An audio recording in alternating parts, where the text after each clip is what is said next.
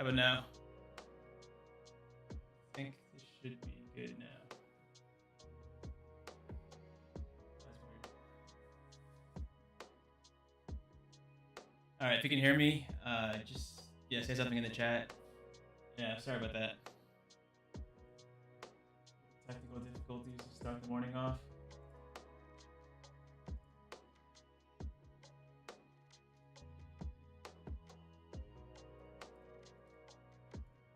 All right, we're in business. Nice. Welcome all. Thanks for joining. Second ever live stream. Yeah, we'll see what happens today. So far, the morning's not off to a great start with these mic issues, but we got that fixed. Yeah, just monitoring pre-market price action now.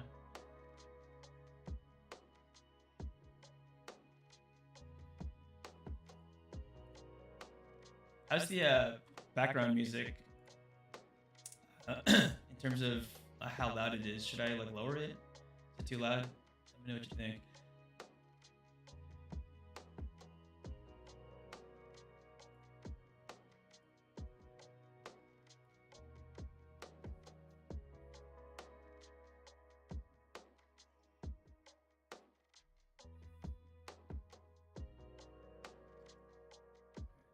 I also just put on my desktop clock so y'all can see kind of how big the delay is.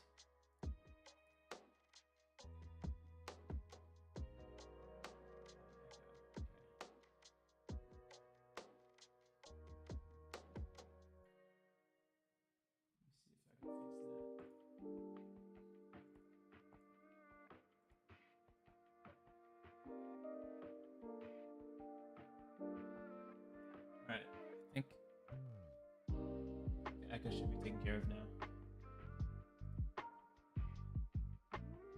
Thanks for all your feedback, guys. Yeah, it's still pretty new at live streaming, but yeah, I'm learning.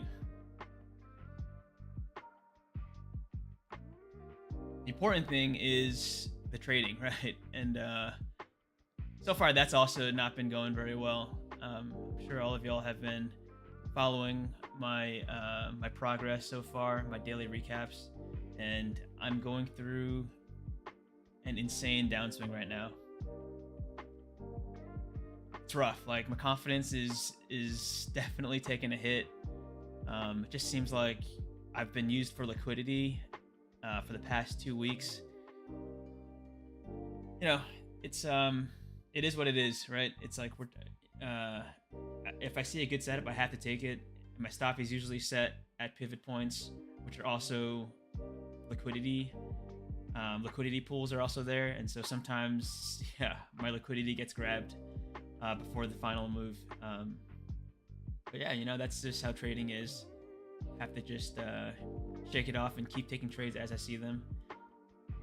I am kind of tweaking my setup based on price action now.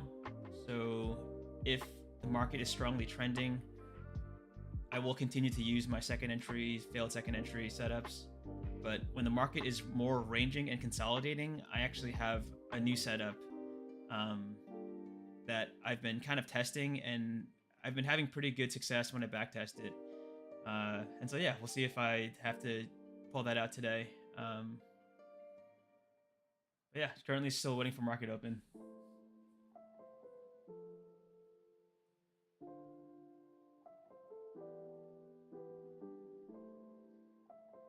So right now, yeah, we kind of have a pretty nice bull channel pre-market.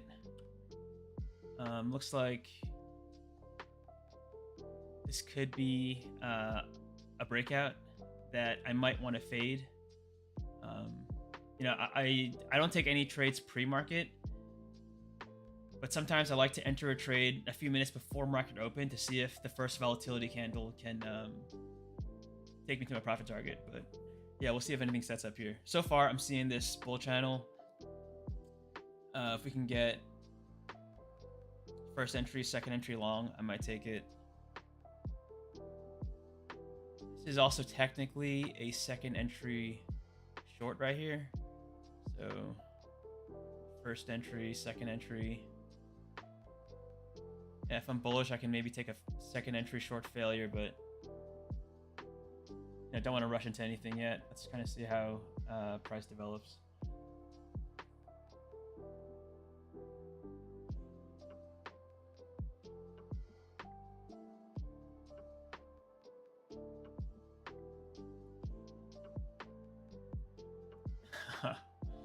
What's up, everyone?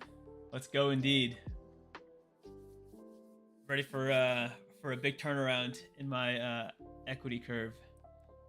Desperately needed. We'll see if today's.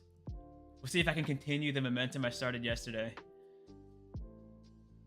Like, I've been so used to losing that yesterday when I started the day out with 2 wins, I just I had to take my profit. Based on my risk rules, usually I try to continue trading until I hit my 3 loss limit, but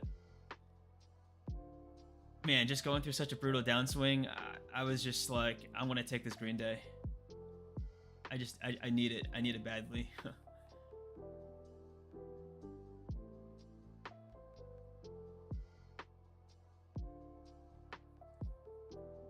David, I don't actually. I think usually I do end up trading past 10 a.m. Yeah, I start around market open at 8:30 Central Time, and I just go until I hit my loss limit. So if I have a really rough day, like I kind of have been having the past few weeks, usually I don't make it to 10 a.m. But you know, if I'm kind of winning some, losing some, but I haven't hit my limit yet, sometimes I do make it past 10 a.m. Or sometimes when work gets busy in the morning, my day job, and I'm kind of doing work and I'm not trading as much, I will take trades past 10 a.m. It just depends on if I hit my loss limit yet.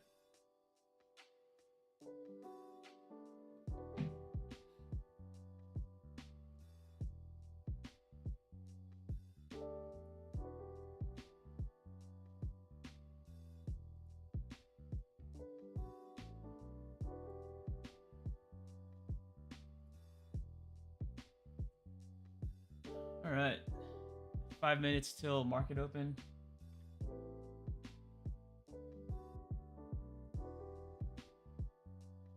Oh, so I'm noticing in my I guess in my stream preview, are y'all seeing the like the chat, or is it just a black box above the shark's head?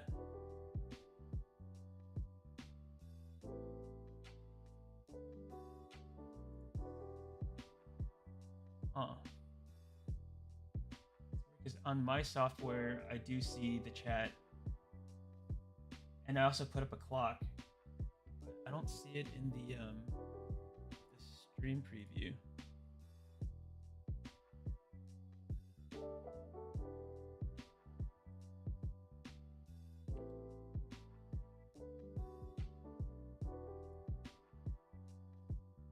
Oh, you know what? My stream preview was delayed. That's why.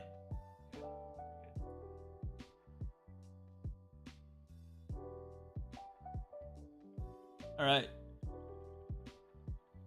Yeah. I think we're all good. All right. Thanks all. Okay, so we're kind of dumping right now before market open.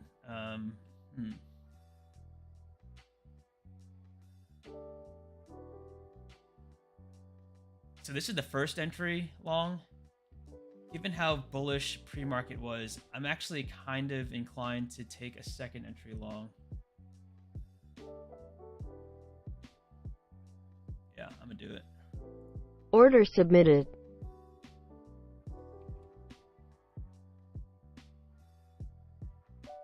All right, I also have my correct ATM strategy set this time, so no more mishaps like the last time when I had the wrong order set, and yeah, that was bad. I made a little short on it.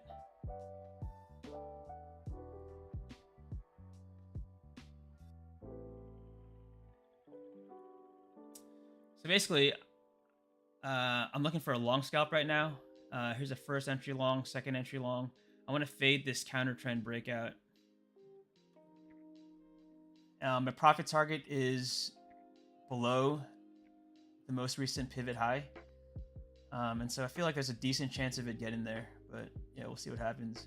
So each time a new bar forms, I'm going to move my entry above the new bar that forms and adjust my profit target and stop loss levels accordingly. Okay, this is looking pretty dumpy though. All right, market open. Here.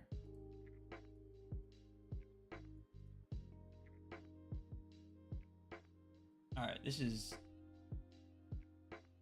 pretty dumpy. You know what? I'm still gonna do it.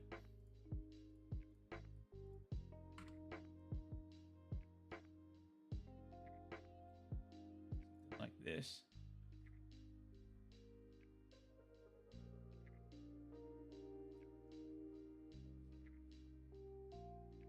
Actually, Order canceled. There was kind of like a mini second entry long here. Instantly got flushed right back down, and so I don't think I should be bullish right now. Cancel that.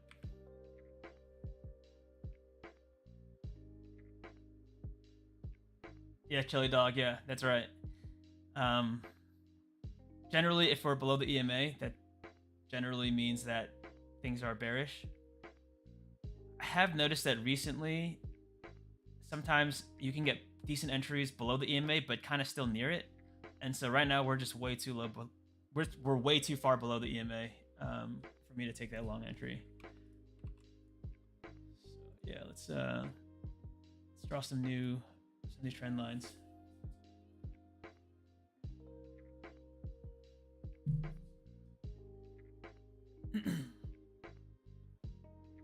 Wow, just straight up and straight back down.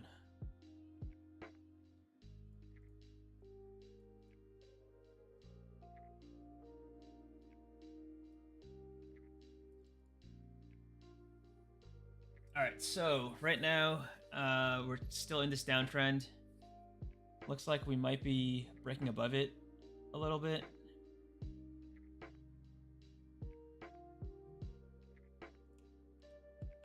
I might be inclined to try a short.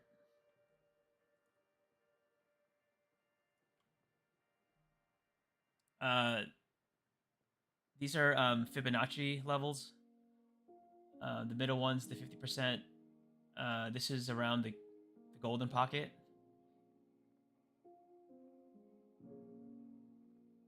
So this might be a retracement area. Yeah, okay. Kind of giving a little bounce at the EMA. So now it's kind of like, okay, did we just retrace back to these retracement levels and we're going to resume upwards? Or is this a downtrend now and I should be fading this counter trend breakout and try a short scalp? I'm not sure. I feel like back when I was more confident in my strategy, I would just, I don't know, have like almost like a hunch to go long or short and I just go for it. But now it's, you know, after taking so many losses, I can't help but just be a little more wary. And like, yeah, a lot of times my hunch has been wrong. And so it's almost, I don't trust my instincts as much anymore. So let's just see what happens here.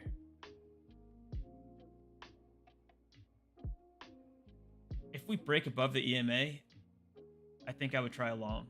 And if the EMA seems to act as resistance, I think I would try a short.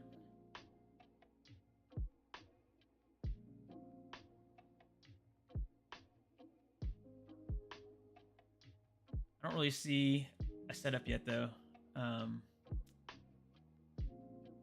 It's just kind of a second entry long here.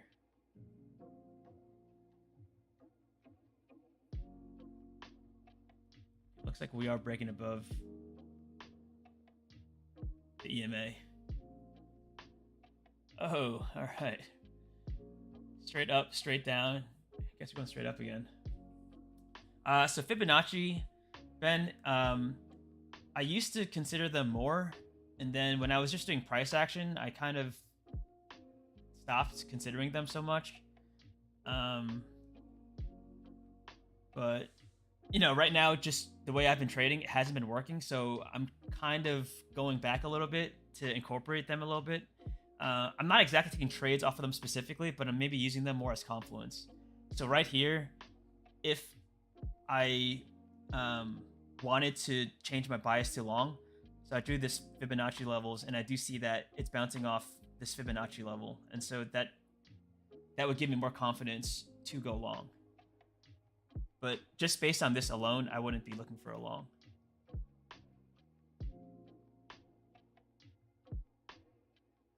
Thanks, Jack.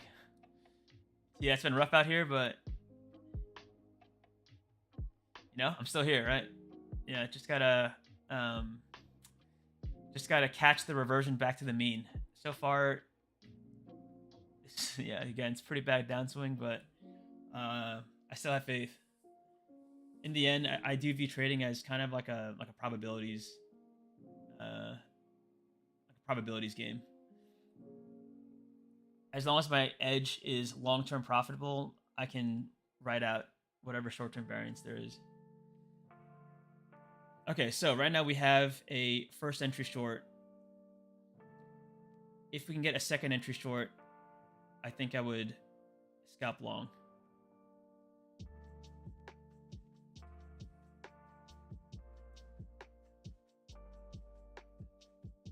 This actually kind of is already a second entry short, right? It's like first entry short, second entry short, failure. Okay, actually, well, this is definitely a second entry short. All right, I'm going to buy this. Order submitted. Order submitted.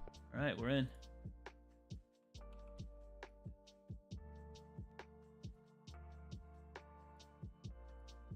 All right, first trade of the second live stream. Basically, this was a second entry short failure. First entry short, second entry short failure. We're above the EMA. It looks like we maybe bounced off this Fibonacci retracement level. I have my stop set below this most recent pivot low. 16 ticks. It's kind of on the higher end, I guess, in terms of risk size. But yeah, no, I think this is a decent setup, so we'll see what happens. So far, it's not looking good. But yeah, my strategy is to stay in the trade and let it fully play out no matter what. Kind of view it as being in a roller coaster. Once the restraints are on, you have no choice but to ride it out.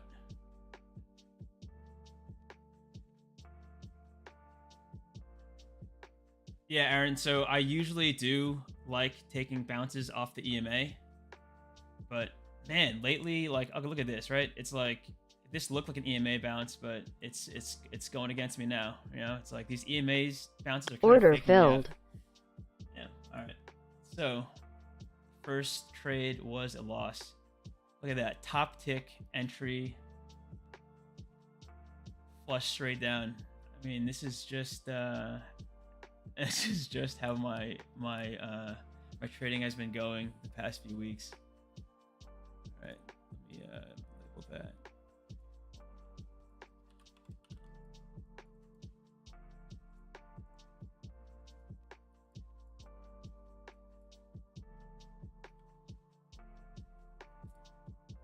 Ben, yeah, my trade size is just one ES, just one contract.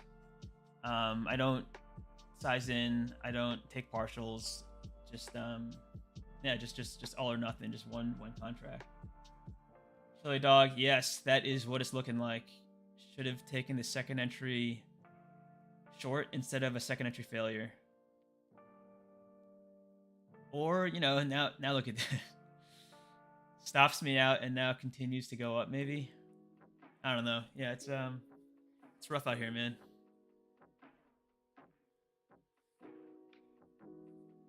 Yeah, this EMA, it's just it's Like if this EMA were up here and I see that it's acting as resistance, I definitely would have gone short, you know? And look how choppy we are now.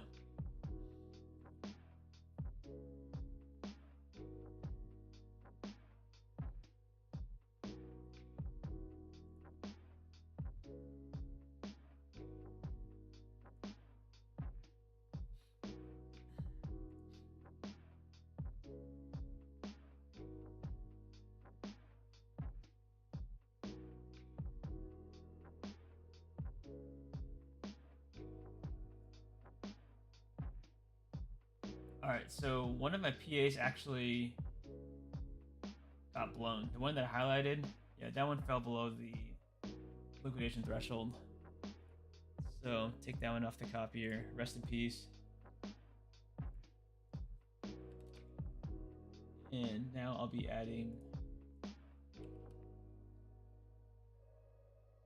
another one. Let's make sure the copier settings are correct.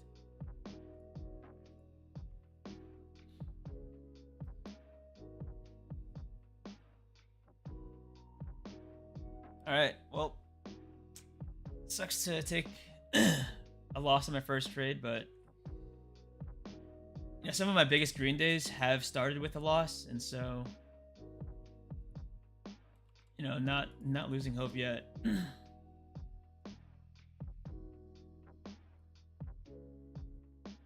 looks like we are going for new lows here.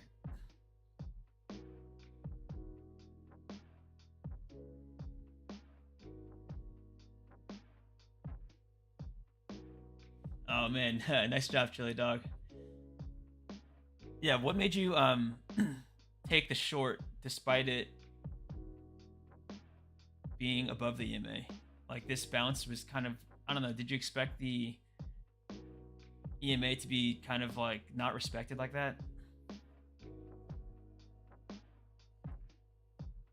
Ben, for ranging markets, I don't really have a specific strategy, but in general, I think the move is to use limit orders instead of stop orders for your entries for ranging markets.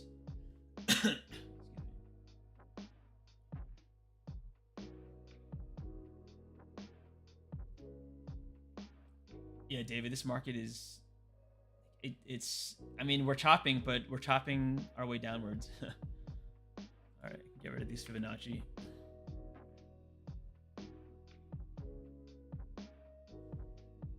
All right, so this is actually first entry long, second entry long.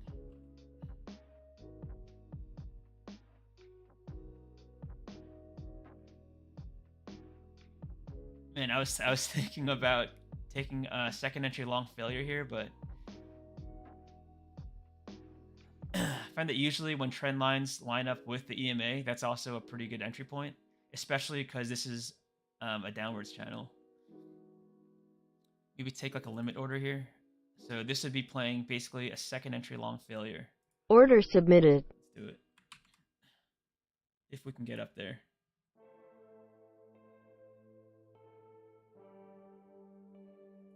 I go something like that.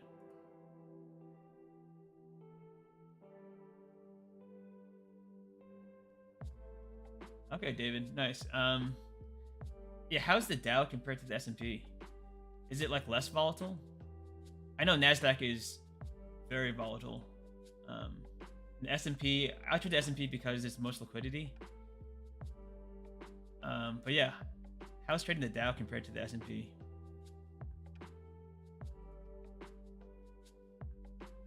All right. Order canceled. Gotta cancel this order.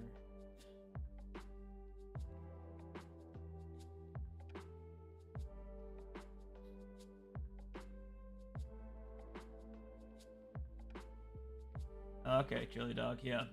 So you were playing fading this counter trend breakout, right? Nice, yeah, that was a great trade.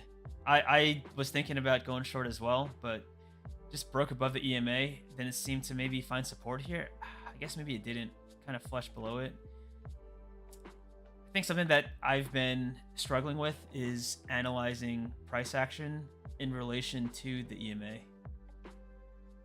And yeah, a lot of times it's been faking me out. Like, I think it'll either be used as support and it doesn't, gets flushed right through like it did here. And other times I think it'll be resistance and then it just gets, you know, spiked through to the upside. But this is a pretty convincing down channel now, though.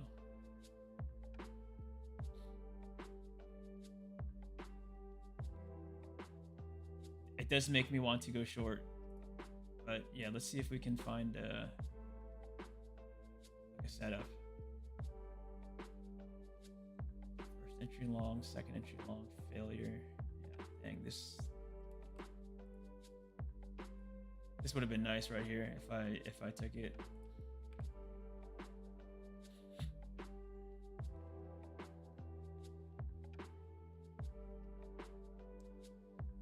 All right, well, the EMA is lining up with the trend line, which is one of my setups.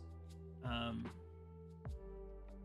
nervous that this is going to be a bull flag and it's just going to break upwards.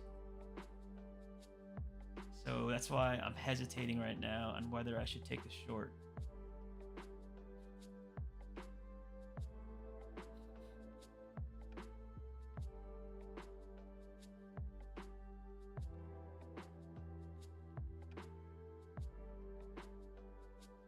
Yeah, Chili Dog, that definitely makes sense. This is a pretty tight bear channel. It looks like its own trend rather than a pullback inside this bull trend. Very deep retracement as well.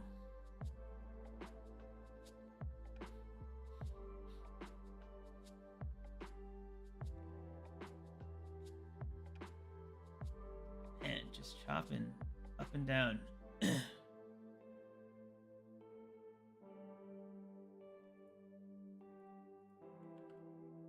Okay, so this actually might be a good time to try out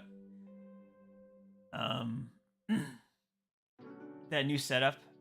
So it does use Fibonacci retracements, and this is for trading these consolidating markets where basically I draw a Fibonacci from the top of the range to the bottom of the range, like so. And then I basically look for internal liquidity grabs between the 50% Fibonacci and the golden pocket. So anywhere in between here, like this is kind of a level. And basically I set a limit order here. Order submitted. If the order retrace back up, I expect it to take liquidity here before reversing back down. But clearly order canceled. Down now. So this is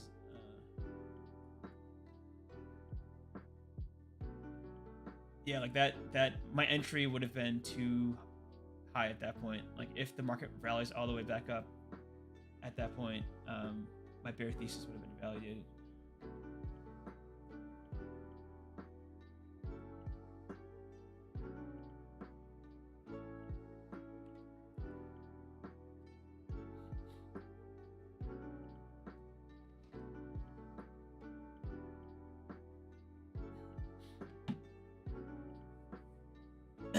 All right, let's see what this is. Okay, so we had a slight break below this bear channel.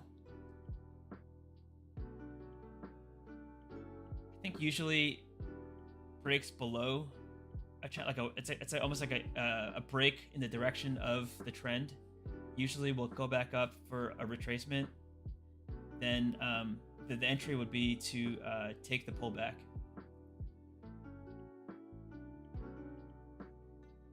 I wonder if this was just the pullback right here.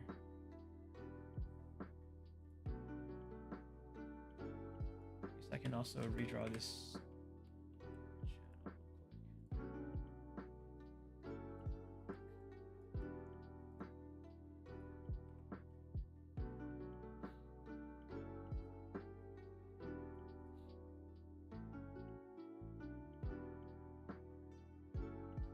Oh man, yeah. Up here, I talked about doing a second entry long failure. First entry long, second entry long. The failure would have been right here, and yeah, that definitely would have played.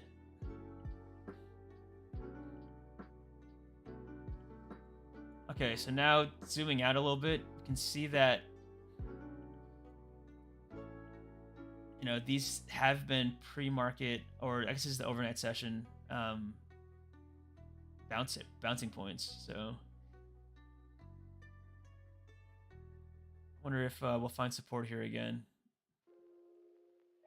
for another move up.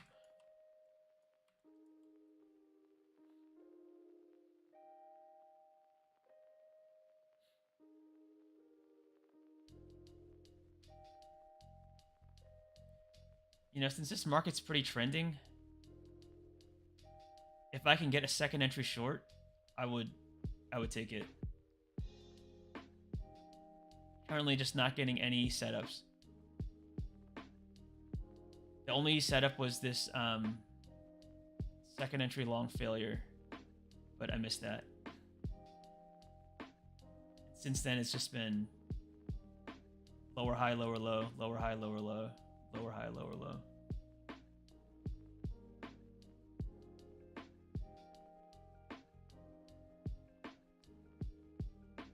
Ben, yeah, that's a good point. I keep the EMA because, like last month, the EMA was a very good indicator, and I took a lot of trades based on how price reacted to the EMA, and it worked well, you know. But just this month, it's been faking me out, and so because the EMA had helped me a lot in the past, that's why I still keep it on my charts. And also, a lot of people who trade PATs, you know, the price action trading system, they do use this 21 EMA. I guess I don't trade PATs very strictly. And so, yeah, no, that's something that I have considered, just if I even need the 21 EMA anymore. if it's making me make the wrong decision.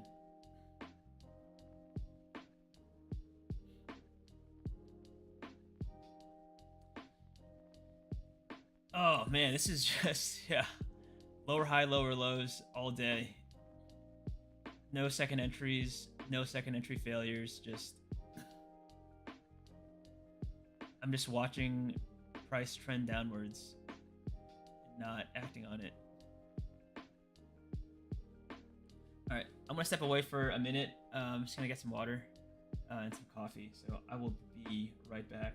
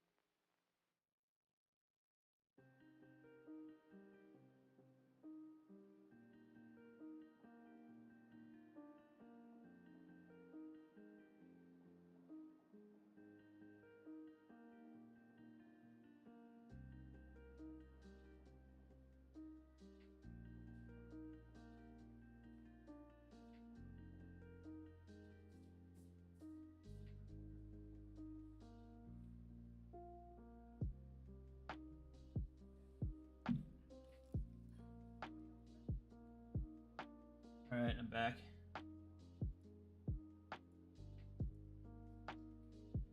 All right, didn't miss anything. Just lower highs and lower lows.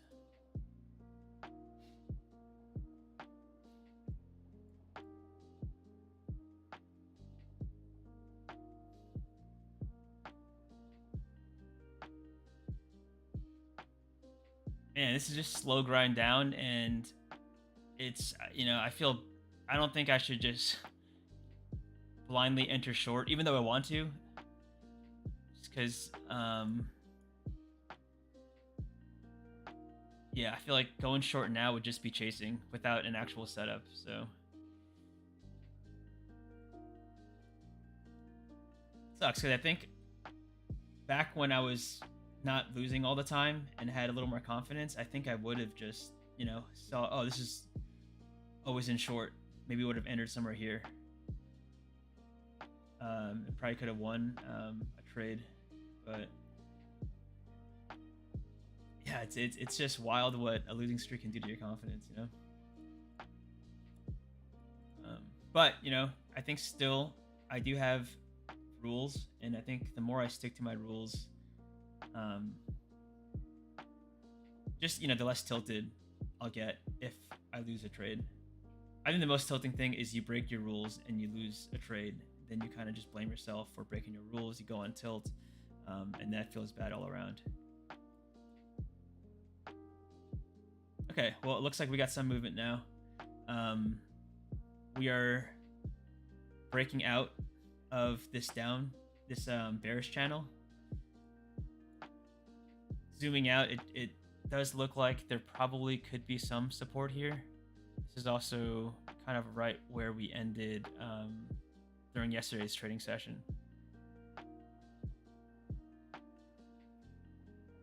So I guess I'm a little hesitant to fade this breakout. Okay, you know what? I do like the look of that though. So first entry short. If I can get a second entry short, I will take it.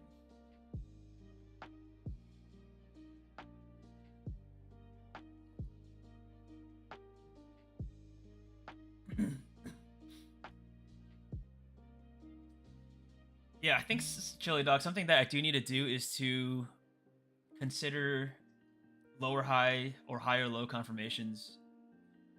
Because I have found that is just some additional confluence that just makes your trade a little higher probability.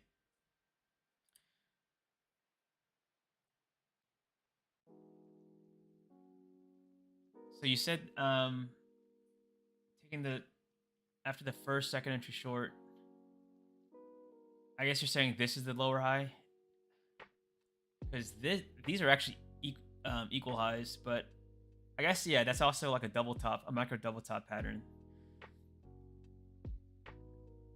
I guess I was so eager to jump in long, and I just got, it's crazy, I got top ticked into that trade. Okay, anyway, so we are first entry short, second entry short. So it looks like it is setting up. And Order submitted. Something like this.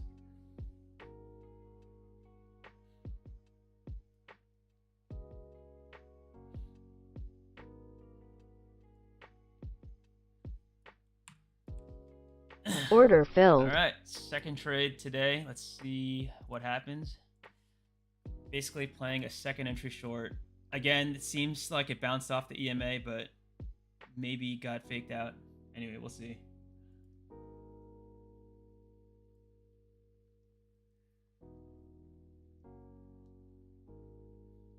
Hey, Paul. Nice. I mean, I don't think that's number 6 overall on YouTube, but maybe it's because you know, your recommendations are mostly trading related, and so yeah, maybe I'm number 6 in terms of like live stream traders. Oh, it looks like it's going against me. This is first entry short, second entry short. This would be the second entry short failure entry.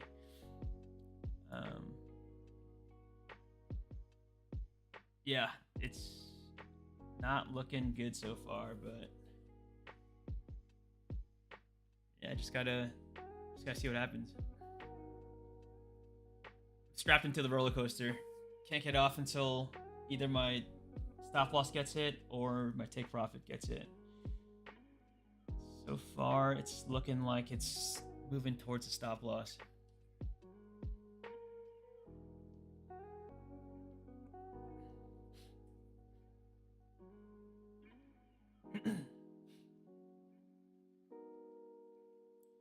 All right, back to break even.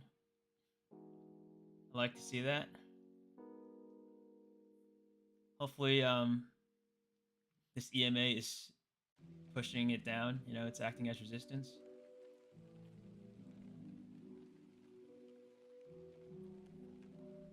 Yeah, let's wait and see. Hopefully we don't chop around for the entire time. I actually much prefer that if I'm gonna lose a trade, I just get stopped out instantly, rather than like waiting around for, I don't know, like 10 minutes only to get stopped out.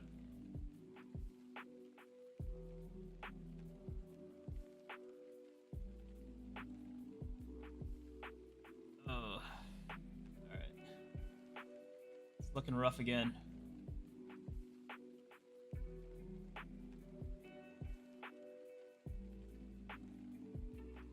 Man, my reads have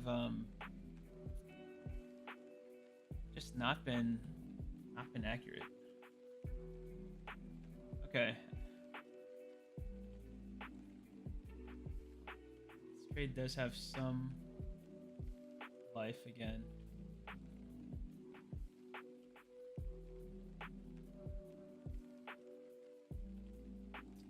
Paul, yeah, so the premise of this is I'm fading this counter trend breakout.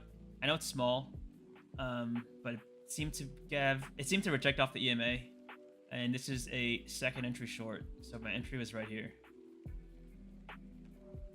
Okay, come on. We're going the right direction now.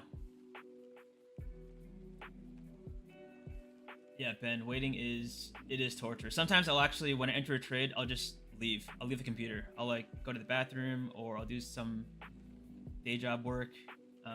It's, yeah, watching ticks on a chart is, yeah, it's rough. All right, we're one tick from our profit target. Order filled. There we go. All right. I'm so glad that worked out. It was looking pretty rough over here. I was preparing myself for another stop out. But yeah, it looks like this time the EMA did hold. Price wasn't able to break above it. Or it broke above it. It couldn't close above it. And this second entry short did end up working out.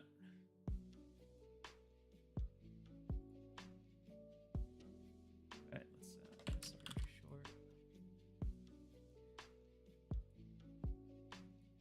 short. Thanks all. Yeah, it's rough out here, man. Wins are hard to come by, so yeah, they do feel good right now. Yeah, thanks for your support.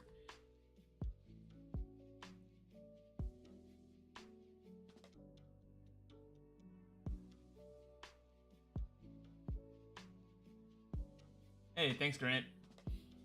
Yeah, ICT, it was worth checking out. And I think even now, I still consider some concepts such as liquidity, where, yeah, before the market wants to make a real move, it wants to grab some liquidity beforehand. And so it does go for, you know, buy stops or sell stops before reversing. And so that's something that I learned from ICT. And, you know, I still consider that even when trading price action. But outside of that, overall, I think price action does make more sense. I think it involves more analyzing trader psychology. And then I think ICT's setups, some of them are just too complicated, and it's hard to conceptualize why price moves that way. But the liquidity part of it, I do understand, and that part does make sense to me. Yeah, this is definitely a confidence boost. But, oh man, we are dumping now. Okay, looks like we might be going for the overnight lows.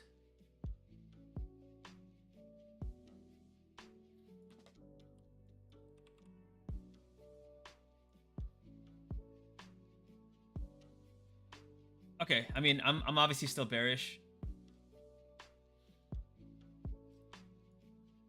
Looks like we are breaking out of this micro channel. I would be inclined to go short again if we can get the setup. Okay, so here's actually a yeah, this is a new high here. Okay, so first entry long, second entry long, failure. I'm gonna go short. Order submitted.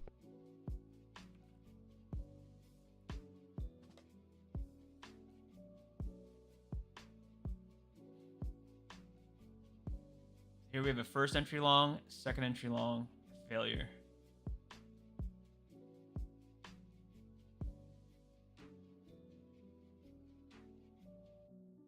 Yeah, Ben, that's exactly right. And by the time you see it, you feel like it's too late to enter. You know, that's the that's the problem with always in short or always in long. Order filled.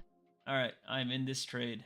This is a first entry long, second entry long, failure.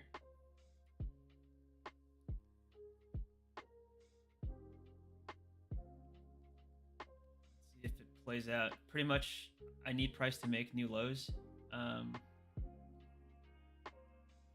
Yeah, I guess I'm in the trade, so I'm not going to cancel it. But seeing these 3 bull bars kind of doesn't make me feel good about this. Should have maybe analyzed how fast price was breaking out of the channel. All right, I'm gonna Order stop here. filled. All right, so second loss of the day. Had some slippage on that. That's okay. This is a failed second entry long failure that did not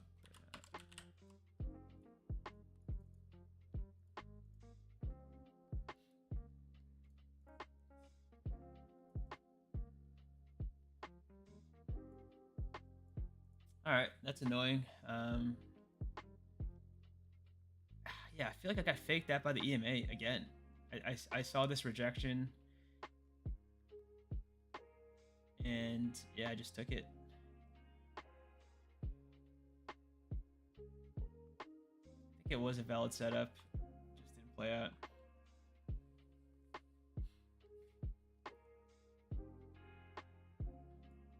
Anyway, yeah, with price action looking as bearish as it does right now, I mean, like, I should definitely be looking for shorts.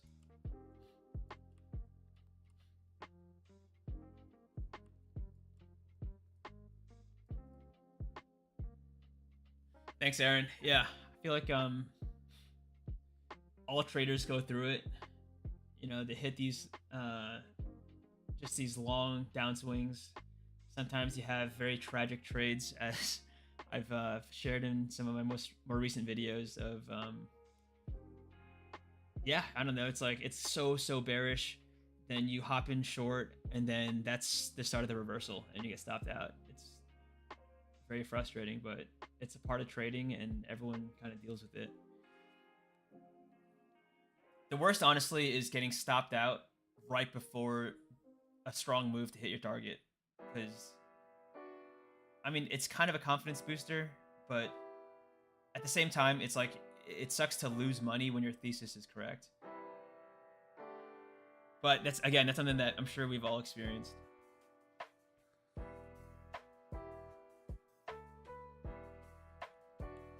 All right, well, I've been streaming for, let's see, about 40 minutes now, and have 2 losses. So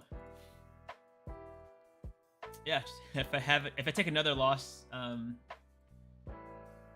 that's the end of my trading session. So it could be a shorter one than last time. I said I was expecting this to happen, but obviously I would prefer it not to be so short, because I do want to win more trades, you know.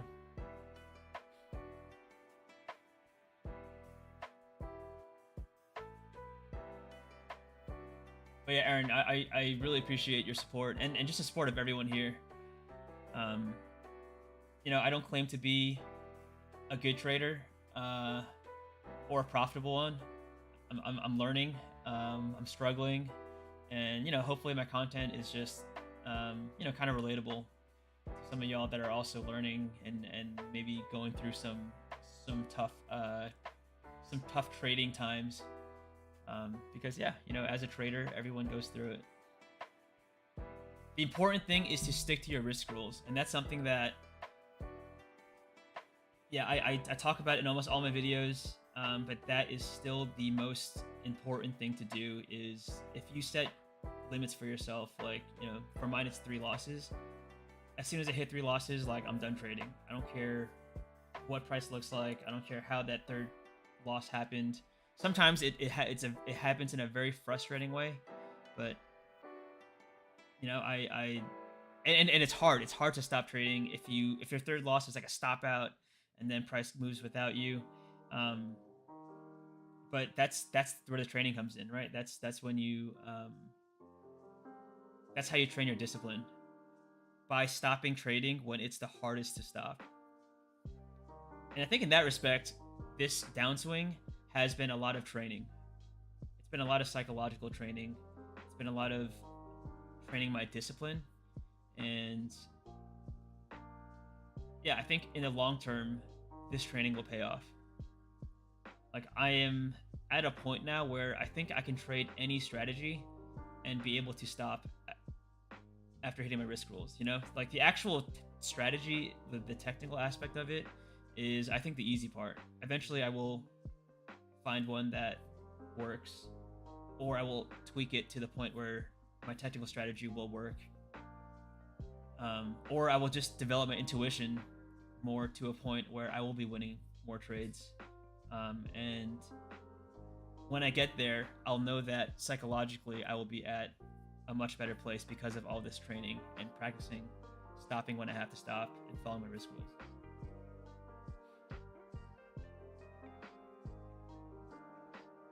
Yeah, thanks, Ben. Yeah, I honestly, you know, sometimes it can get discouraging, but I'm not even close to wanting to quit. You know, this is my, let's see, I started trading futures in March 2021. So this is, yeah, I guess it's been like almost a year and a half of trading futures. My first year lost a lot of money. This year, actually, currently I'm going through a downswing, but if you consider the previous account I was trading in terms of profit and loss on one account, right now I'm copying, so obviously these losses are multiplied, but if you consider just one account, all the profit and loss, I'm actually around break even, which is yeah, it's a step in the right direction from being like super unprofitable and losing money my first year.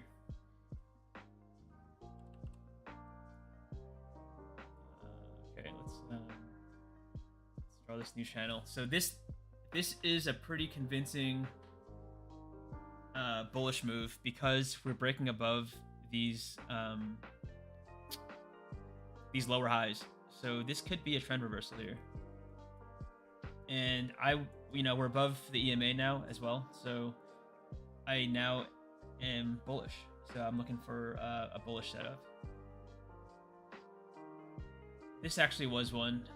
We have a first entry short, second entry short, failure. But again, this is just in hindsight. I don't think I would have entered here knowing, you know, there might be some resistance here, and just seeing how bearish price action has been up until this point.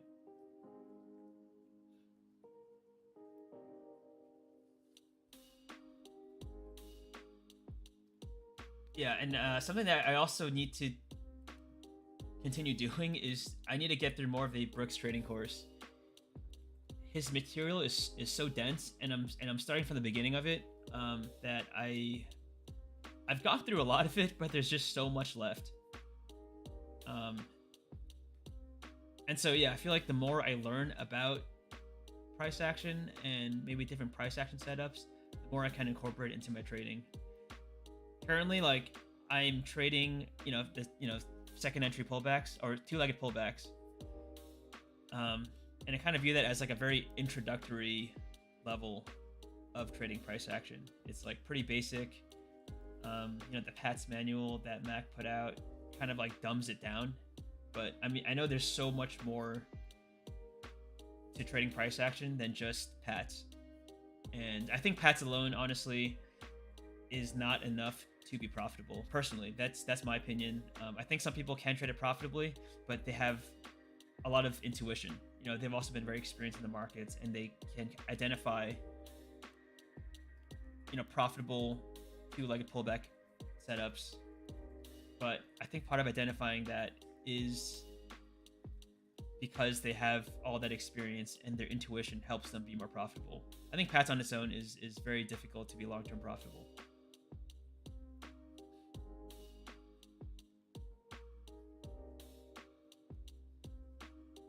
Yeah, Al Brooks is,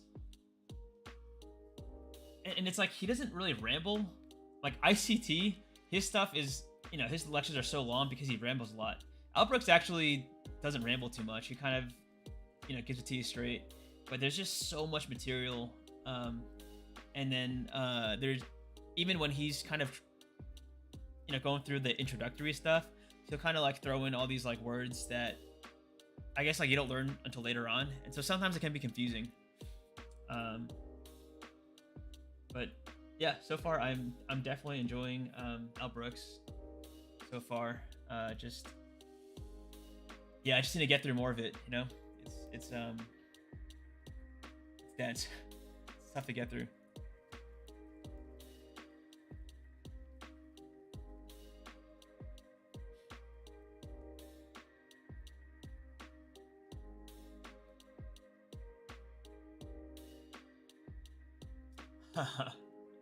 Thanks, man. Yeah, I mean, I've been inspired by Nutty Bar trading. He's, yeah, him trading all his accounts and showing all of them at once is, yeah, that's as transparent as it gets. Because yeah, I guess before showing all my accounts, I would just show like, okay, this is my one YouTube PA account. Show all the account balances, all the profit and loss, everything about it. But on the side, I'm also trading evals. I'm trading other PAs. You know, I'm using the copier. And yeah, I initially I wasn't planning to show all my accounts, probably because I was also practicing this specific copying strategy that I was, you know, I didn't know how it would go, so I didn't want to show everything and just have it be an epic fail. But yeah, watching Nutty Bar's content, I was like, dang, this guy's showing everything. That kind of like made me want to do the same. And it's ironic because now I'm showing everything, and it's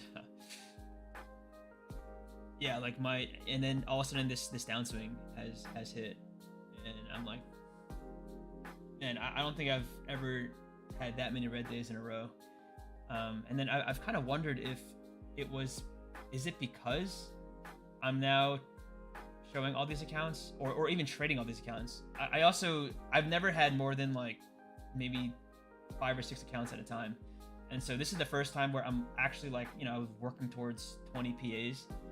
And maybe just having all these extra accounts, having them in the copier, I wonder if like subconsciously that kind of just affects how I'm identifying trades. Maybe it's making me hesitate more, or like, I don't think it is. It doesn't feel like it has, but these results currently, since starting the strategy and since showing all my accounts, has been a little surprising, because I don't think I've just lost this much up until this point when I decided to do this. But you know, this is what transparency is like. Again, I think it's easier to be transparent when I'm not selling a course, when I'm not trying to convince everyone that I am a profitable trader or I am a good trader. So there's just less pressure. Like, I'm okay with showing my losses. It doesn't feel great, obviously, but you know, it's like I'm not claiming to be a good trader, so I don't feel as bad showing losses.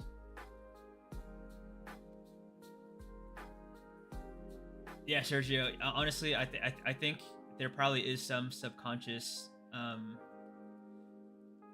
impact to trading more accounts at once.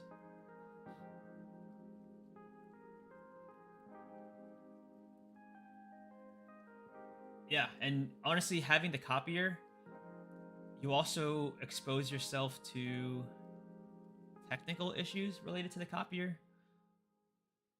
Like if a trade doesn't copy correctly, or you forget to add something to the copier, or something's accidentally added to the copier that shouldn't be, it's just one more thing that can go wrong, you know? And I think maybe that can also be a distraction, I guess, from your actual trading. I mean, trading's hard enough as it is without all these other things to worry about.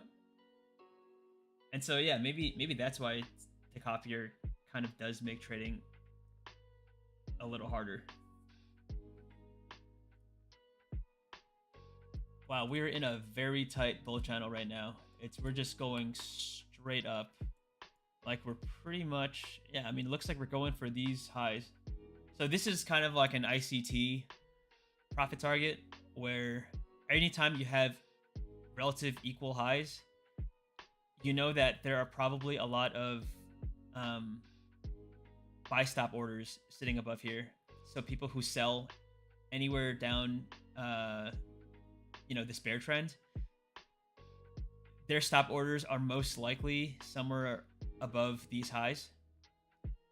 And so, I guess it's a little cynical, but these market makers, they want to take these sell stops, and so they're going to drive price up to take these sell stops. That's like according to ICT, which I think that kind of does make sense as well. Like if the market wants to move down, it would want to move up first, grab these sell stops up here before moving down again.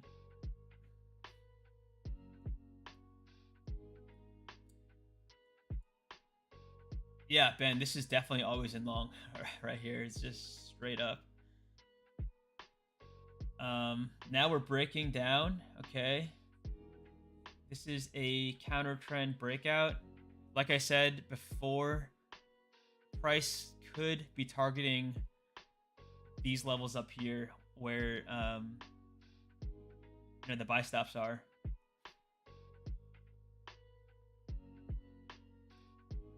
So if I can get a chance to go long, I will. So okay, so this is the first entry long. Ideally, we kind of like come down again, bounce off the EMA, and I will go for a long scalp.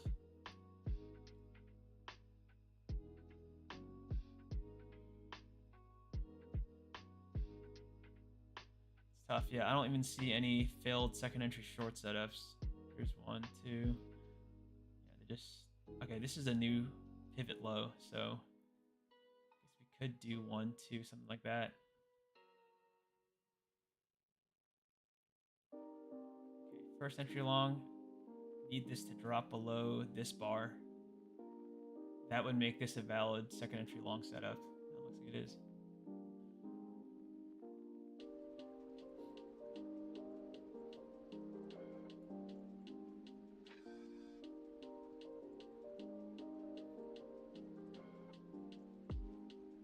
Okay, so this is looking like a second entry long setup. First entry long, second entry long.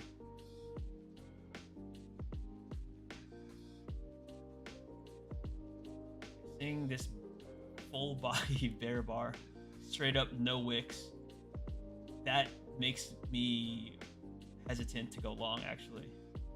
Wow. Okay, it's just completely dumping.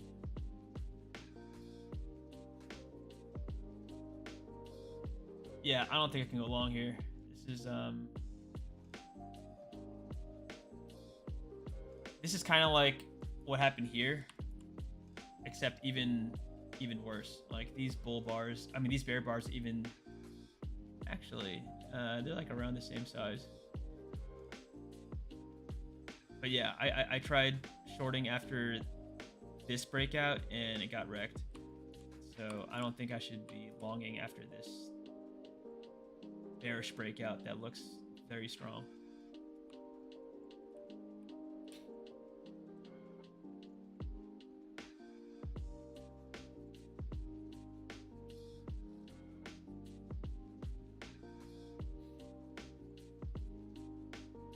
Yeah, thanks, Options Booney. Yeah, honestly, as long as you follow your trade plan and stick to your rules, no matter what your P&L is, that is still a win of some sorts. Ideally, you follow your rules and you also have a green day, but following your rules, even with a red day, I think is still considered a win. And so far, I've been following everything. Yeah, 2 losses so far, so just one more before I'm done trading for the day. Wow, look at this. This is like one of the times. I feel like today's kind of like a day where impulsive entries with these moves actually would have played out. Like once I saw this full body bear bar with no wicks, if I just market ordered in short, I would have profited. You know, I would have made money. Very tough.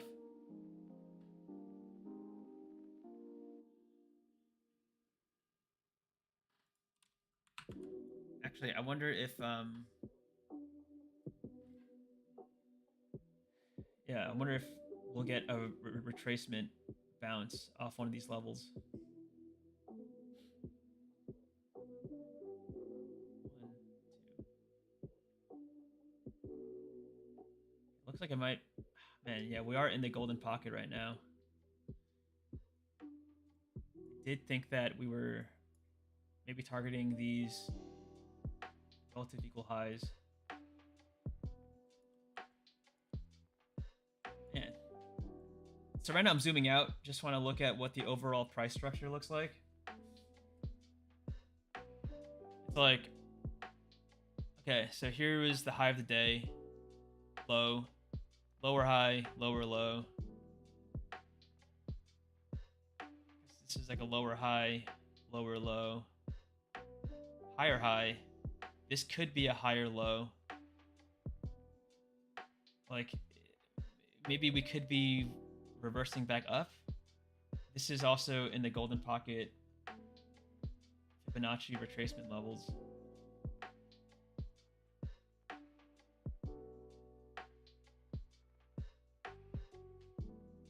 Yeah, Ben, that's right, man. Yeah, you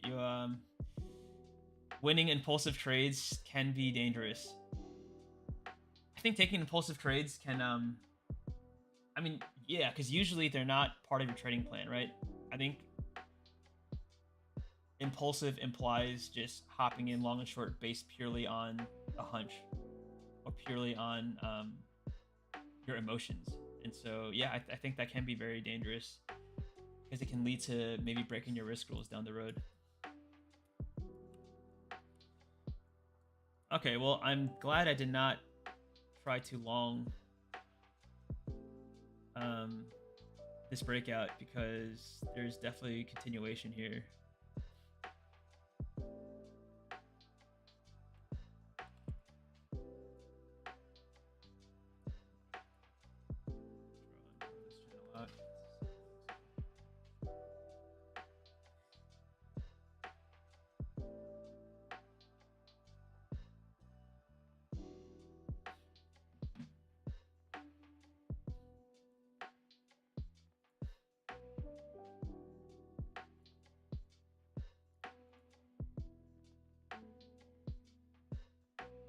Okay.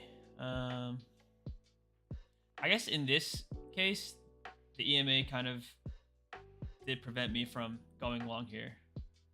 Flush right through the EMA definitely was not going to act as support. Price falling so far below the EMA made me not confident in a long here, so I didn't take it. So yeah, I'm still trying to gauge if I need the EMA on my chart or not. I'm trying to identify all the situations where it helps me versus when it fakes me out.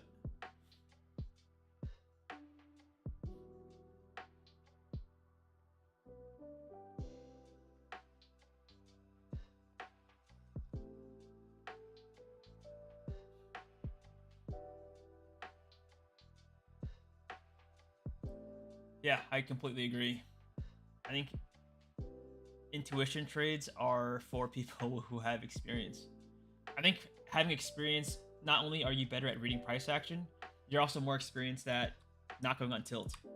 Because I think losing intuition trades can be very tilting.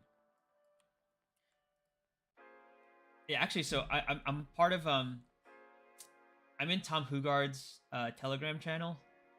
So by the way, if y'all don't know, he has a free Telegram channel where he posts all his futures trades. He mainly trades the European indices, but sometimes he'll trade the US. Actually, he does trade the US session. He trades the NASDAQ and the Dow. I don't ever follow his alerts, but just kind of like seeing his thought process behind taking trades. Yeah, he also went through a pretty brutal, I think he said a 2-month downswing. And yeah, he's despite having so much experience, he also can get pretty emotional, and he will write out his thoughts. Yeah, it's just very, very insightful, I think, to read his commentary on his trades and his own psychology and kind of yeah, his thought process when he trades. So yeah, I guess no matter how experienced you are, you can still feel very emotional from trading, and I think that's like one of the hardest parts of trading is keeping your emotions in check, because many times getting too emotional will lead to bad trading decisions. But even like a pro like Tom Hugard does struggle with it from time to time. But obviously overall that guy's a beast, and he's overall very, very, very profitable.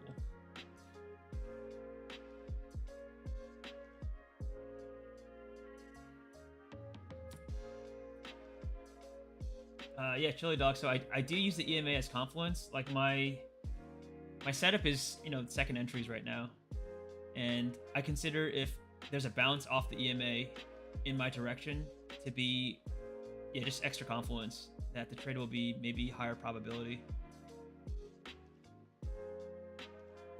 But yeah, I mean, we saw my first trade over here. Yeah, it just seemed like it was bouncing off the EMA. And yeah, kind of like baited me in a little bit here, but that's fine. Yeah, honestly, no strategy has 100% win rate, and sometimes you can have great setups that just fail, and you have to be okay with that. That's just part of trading.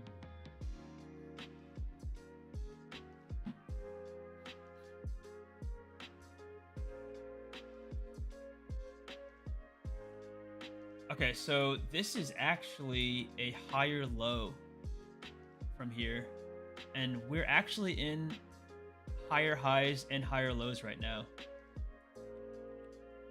And so I'm actually looking for a long scalp. I'm more bullish than bearish despite this crazy bear channel, because we failed to make new lows here. So if we can get I guess we're more likely to see a failed second entry short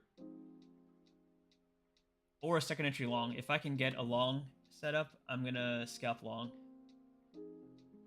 That's if we can hold this higher low here. Something that's been also helpful from watching Al Brooks is just determining between major and minor lows.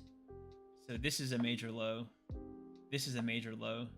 And over here, we kind of have these like little minor lows that technically this is a low, but we don't need to really consider that for like determining bias, because it's like a minor low. Yeah, this is a major high.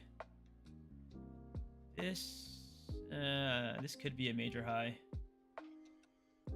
This is definitely a major high. So I'm seeing high, low, higher high, higher low. And so I have a long bias right now. Just waiting for my long setup.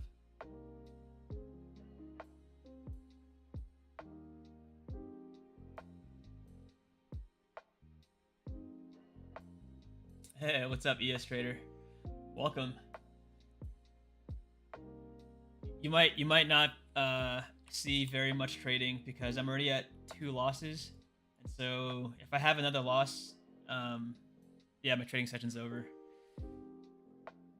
But yeah, thanks for joining. You'll at least catch one more. You don't think I should go long?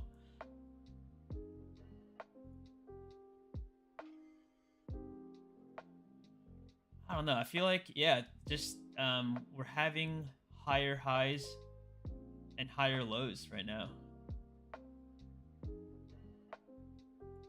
I guess if you zoom all the way out, we can see like this is obviously a pretty clear down channel or bear channel.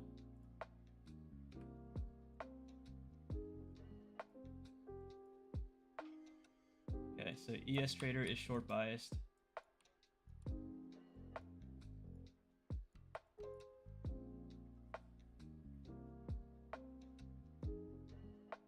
Ah, man, I think I'm still gonna look for a long. Yeah, we'll see what happens. You might be right, ES Trader. I'm not saying you're wrong, but personally, I do think that we're making higher highs and higher lows still.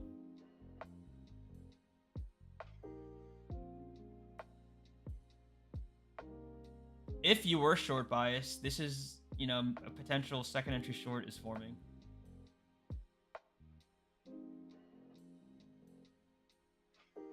So I guess since I'm long biased, I am looking for a second entry short failure.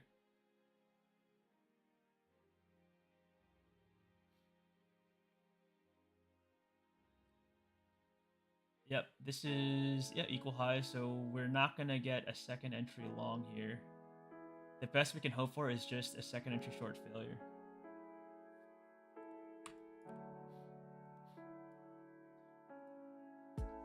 All right, Timothy. All right, so we got two people who are short biased. I'm long biased. Okay, well, I mean, this actually still makes me long biased. We're now broke above the EMA. We're closing repeatedly above the EMA. Looks like we are gonna get our second entry short failure set up. I'm gonna go for it. Order submitted.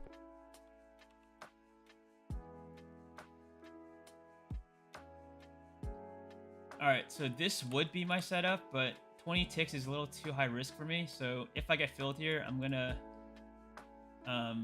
set my stop loss to be whatever the most recent pivot low is. And I might be liquidity, but just from a purely risk perspective, yeah, I can't risk 21 ticks. Oh, okay, actually, I can do this now. Okay. I think 18 is fine. I can do 18 ticks of risk.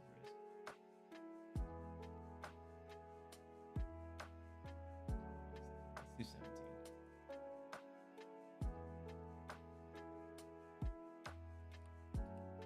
All right, looks like I'm gonna get filled soon.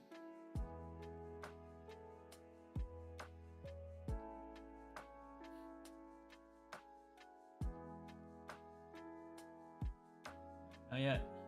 So the second entry short entry would have been made already. So now we're just waiting for the second entry short failure entry.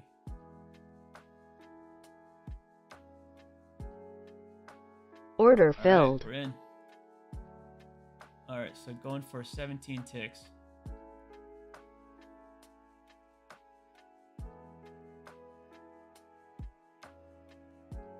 Potentially last trade of the day if I lose. On the bright side, we will definitely avoid the max $500 loss for the day because we won one trade. But unfortunately, this 17 ticks is still pretty wide risk. So if we lose this trade, we'll be down a little over $400 per account, which is obviously not good. But yeah, we'll see.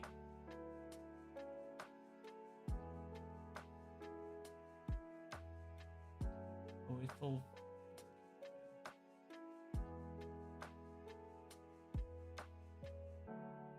Oh man, yeah, that is not a good sign for my long.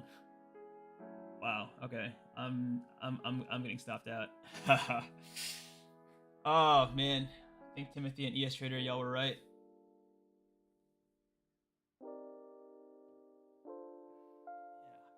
Just going for I'm trying to go for these scalps within these larger moves. And yeah, it's not working out for me, man.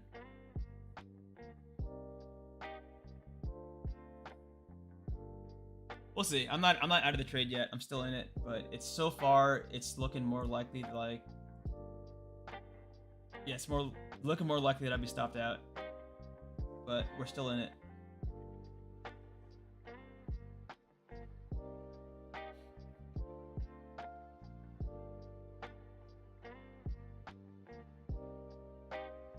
Okay, yeah, bulls are kind of coming back.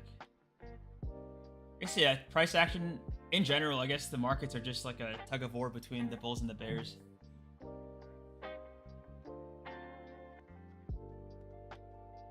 Right now, in this trade at least, the bears are winning because, you know, we're below my entry, but hopefully the bulls can step it up a little bit.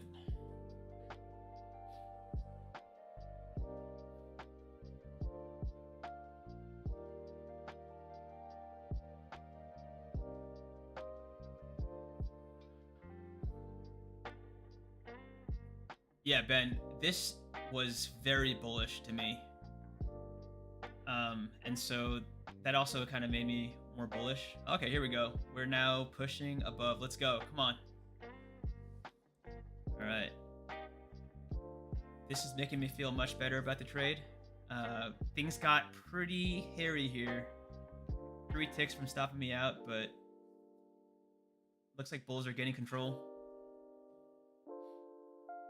This is why you always stay in your trades. Actually, I don't want to say that preemptively because this could still reverse on me and stop me out. Yeah, I don't want to jinx anything.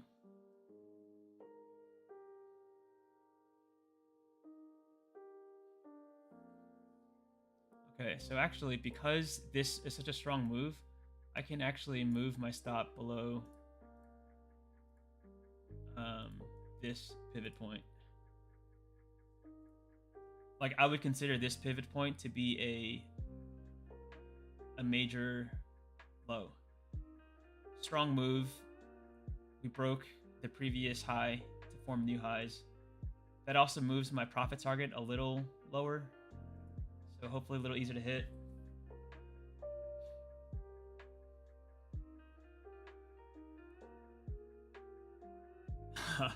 Ben, move your stop to break even. Yeah, I personally I don't do that because I'm going for a 1-to-1 reward to risk. I think if I were going for like 2-to-1 or 3-to-1 reward to risk, then as soon as my 1-to-1 targets hit, I can move to break even. But I just think because I'm risking so much, it doesn't make sense for me to move my stop to break even in the long term. Because I don't know, I've also found that because I'm not going for these huge moves, it's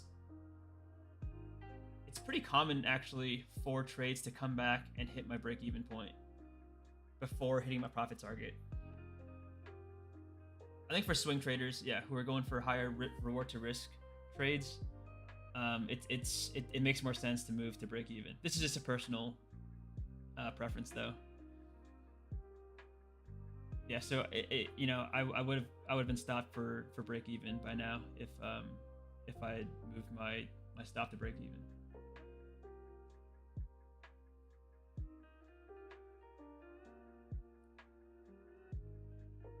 Yeah, chili dog. I mean, it's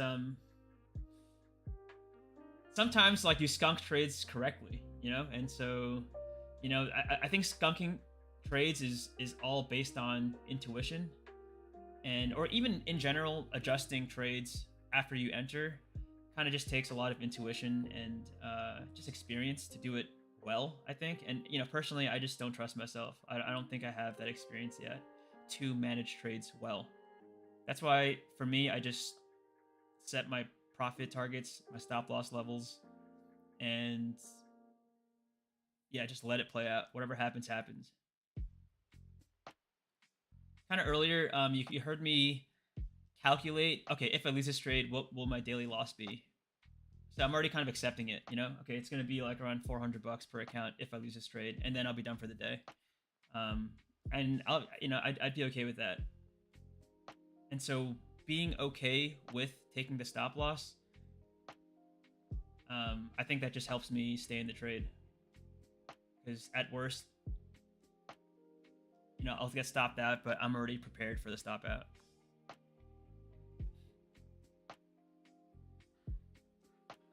Man. Yeah, we'll see what happens. This is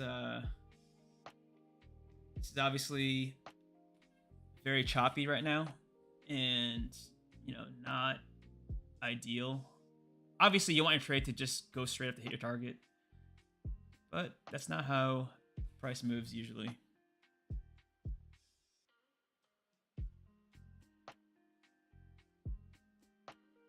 Okay, Albrook says break-even stops are for soothing one's emotion if your entry price gets tested once after you've taken a lot of heat from the drawdown.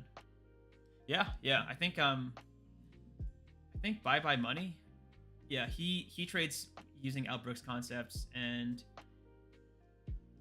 yeah, I think he's I've seen him skunk his trades if he takes like a lot of heat and then price kind of like goes back to his entry. And yeah, I think he's obviously very experienced, and that's something that maybe with experience you can make that call correctly more times than not.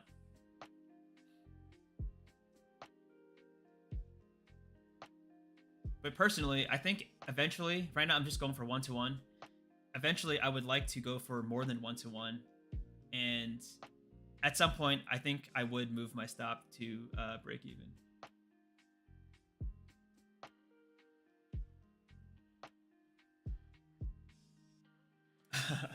You think bye money's a bad trader? I don't know. I disagree. I think he's got a lot of experience. He's very transparent. I do like that he shows his account balance and P&L at all times. You can't see all his accounts. I'm sure he's got a lot of accounts on the side. But at least for the trading session, if he's up or down, and he's not hiding his P&L. He's not hiding his account balance of the account that he's trading that session.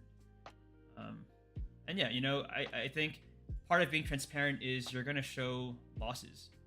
And I think maybe you might have seen him trade some losing days, and maybe that's why you think he's a bad trader. But yeah, I think that's also part of just being transparent. Yeah, Exoki's 12. I think that's what makes him entertaining, though. Yeah, he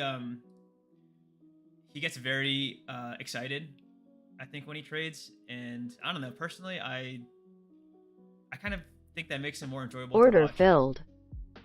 All right, there we go. Hit the profit target. All right, I'm glad that worked out. We are alive to trade some more. All right, so this was a failed second entry short, right? Yep. First, yep.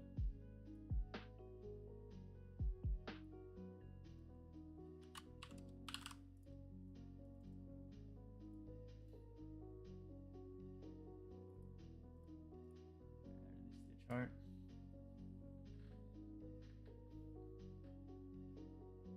Okay, I didn't know he blocks his haters. Yeah, I guess that's not good. Yeah, I guess that's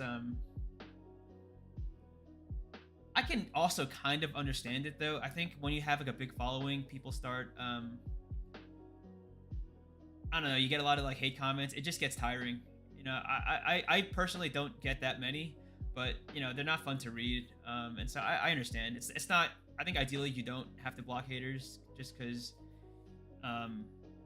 that just makes you more,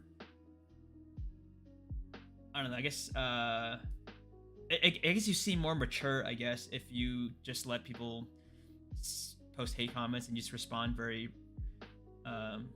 in a very mature way. But I think that is difficult sometimes, so I don't blame him.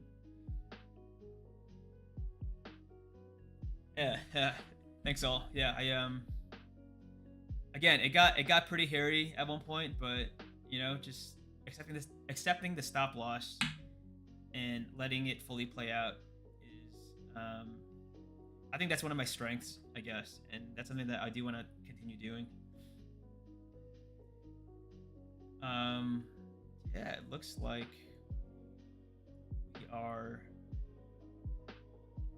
we want to form a new higher high, or a major higher high.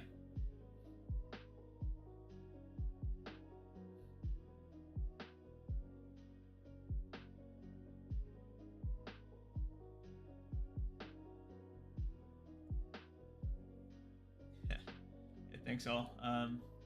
Okay, yeah, Patrick Wieland is he's probably the most entertaining streamer. You know what? I think he used to be more entertaining. People have these compilations of him like totally flipping out.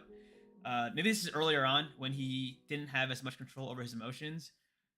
But I think it's just like day trading freakouts. Like there's a compilation of him, and man, it is very, very entertaining. But you know, I think that's also why he has so many viewers. He's like a very big day trading, and maybe probably he's probably the biggest day trading YouTuber. But I think it's because he's kind of a character, and I do think he's playing a character as well to build his brand. I think sometimes he's mean. I feel like I've heard him call out like trades by Matt and ICT. You know, he just talks crap about them. Even Nutty Bar Trading, he's like, Nutty Bar's like the nicest guy, and Patrick Wieland was like, I didn't hear what he said, but apparently he was making fun of his wife or something, just like things that are totally uncalled for. Yeah, I think he definitely crosses the line. But you know, I do think that he's playing a character, and I think he knows that playing this character will make him more entertaining to his viewers. And so he continues to do it, and you know, I guess it's working for him, right? That's why he has such a big community.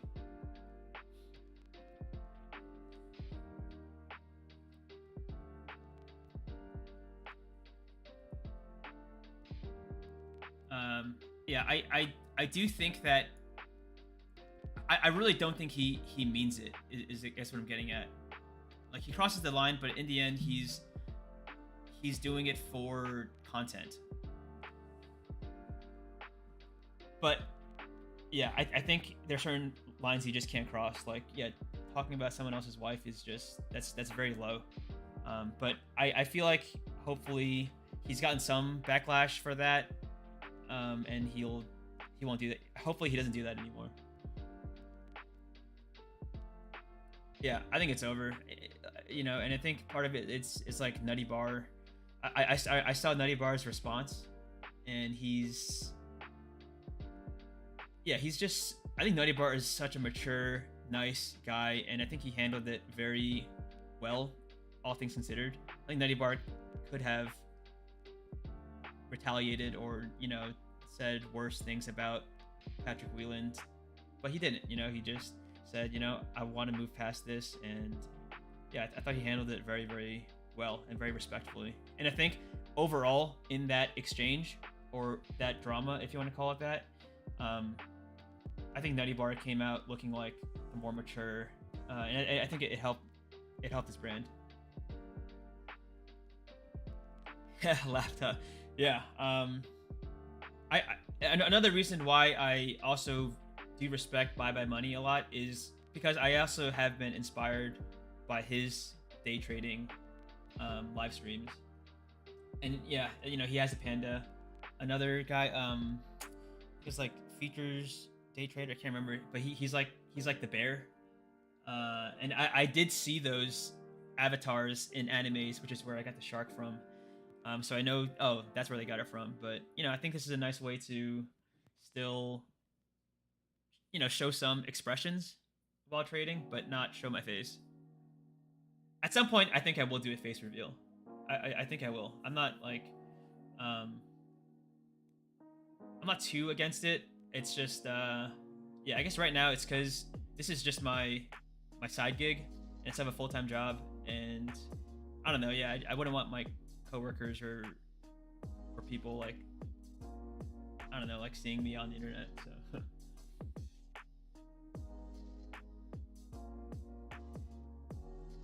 But yeah, so I am a cowboy shark for now.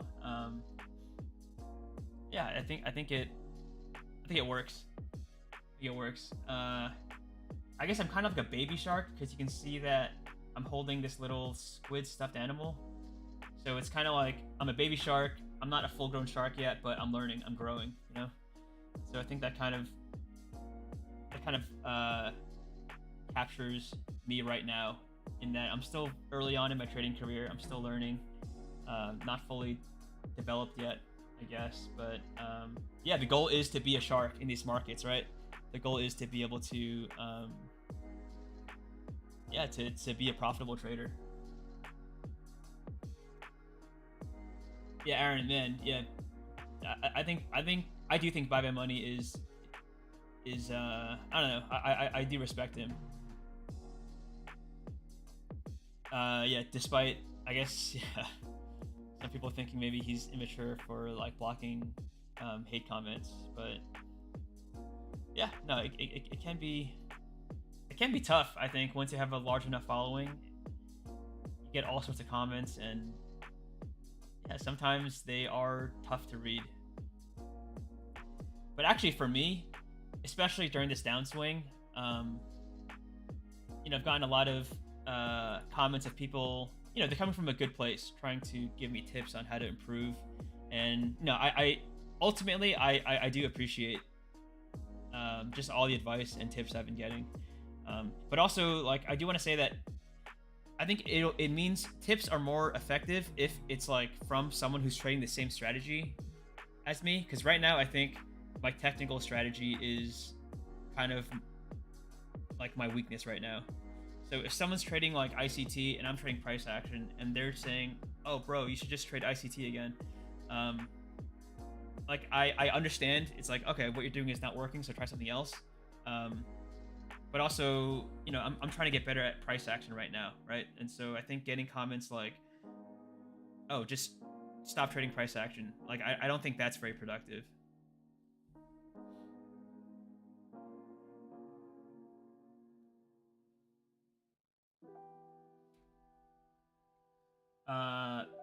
Patrick, yeah, apparently, like, he used to trade a sim account on stream, and like, I guess told his viewers it was real money.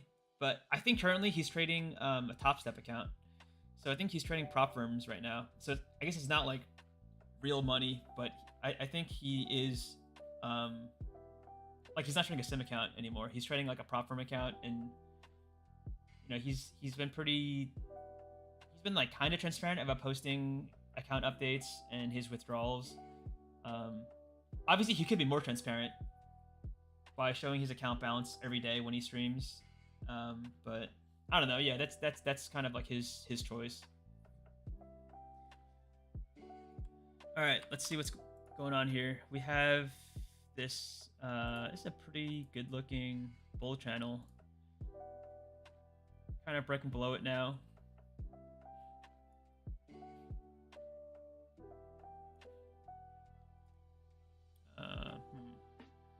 This is almost a second entry. I guess it still kind of was. Technically, your first entries are, you know, you have to break a previous candle's high, and we didn't have that here. It was kind of just the same. But I don't know. This is also when intuition comes in. I've also heard some people, they do consider this like, oh, an implied first entry, because you went down, you came back up, that's the first entry, and this would be the second entry long. And good thing I did not take that, because it's flushing down.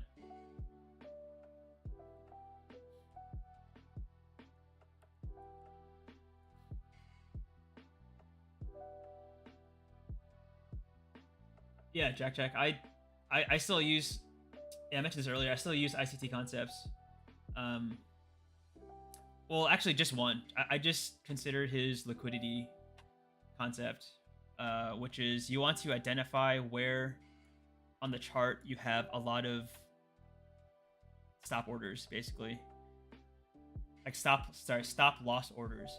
And I think this level might be an area that has some stop loss orders, and so price probably does want to get here. Pretty much any major pivot point potentially has stop loss orders, so maybe this one, maybe this one. So yeah, I do still consider some of ICT's concepts. Again, I do think ICT is a profitable trader. I think he is. Yeah, that guy definitely knows what he's talking about. I think he just overcomplicates some of his setups, and it can just get a little overwhelming. But you know, if ICT works for you, like that's amazing. Yeah, you should definitely continue to do it. And yeah, I know a lot of very profitable ICT traders who have who have kind of said that ICT completely changed their trading, like for the better, like completely elevated it, and that's amazing. You know, if those concepts resonate with you. Okay, so wow, okay, this is second entry long. If you didn't consider this to be a first entry, this would be the first entry, and this would be the second entry, and it looks like this is playing. This would have been, if I wanted to take this long, this would have been my entry right here. It would have been first entry long, second entry long. Wow. But I didn't take it. I actually, I was a little sketched out when it broke below the EMA like that, but that would have played. Okay.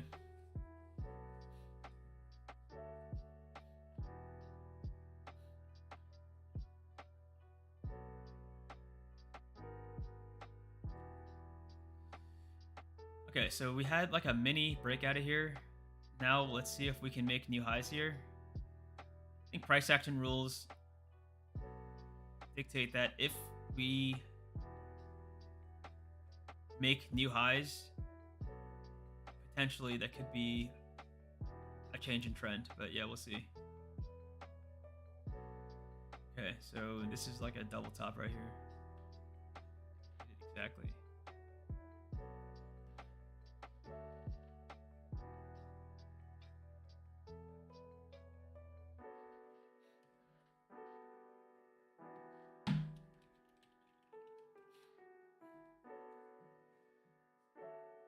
Wow. Okay. What a double top. Hit it to the tick. Boom. Huge flush down.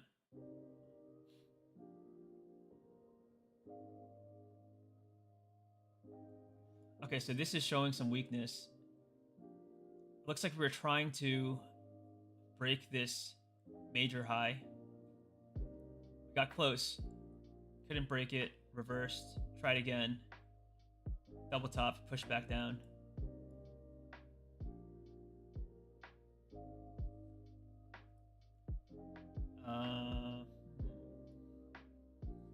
Could I draw this maybe? Is this what's going on? It's still like just a wider up channel. It's because price is still making higher lows here.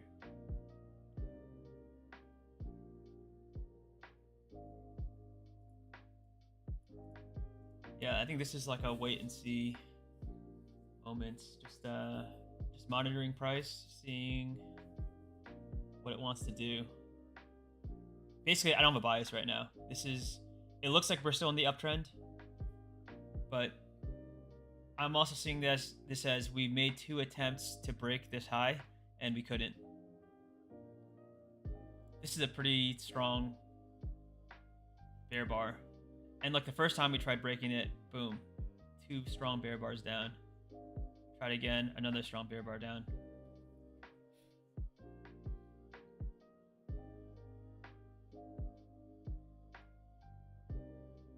Wow.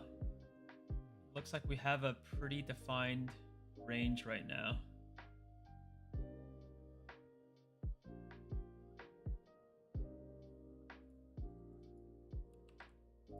You know, like big picture was still in like a kind of like maybe something like this. It's like a huge downtrend.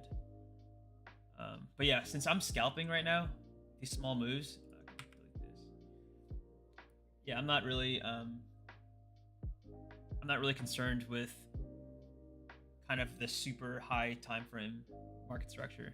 I'm only concerning myself with like the lower time frame structures. Actually, I think I'm gonna remove these lines.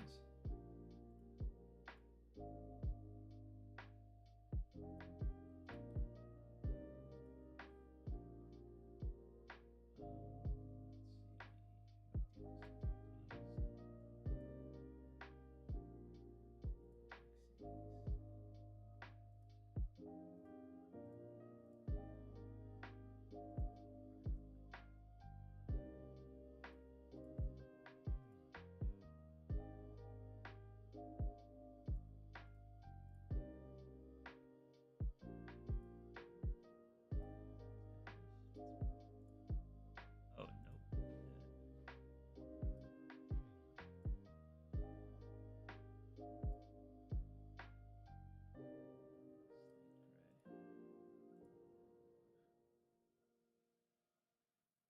Huh, okay. I'm trying to figure out how I can remove these grid lines. I feel like I have so many trend lines going, and now if I'm gonna put Fibonacci lines, it's just gonna be too much on my chart. How do I do that? Is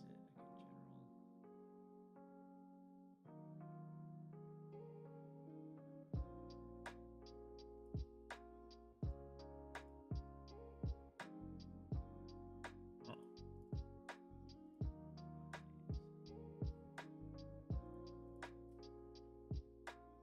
All right, you know, I'll just Google later.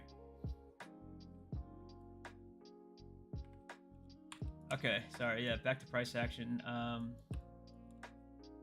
Yeah, looks like this bull channel is forming. We broke above it. We've broken. Sorry, gotta talk. We've broken above previous resistance.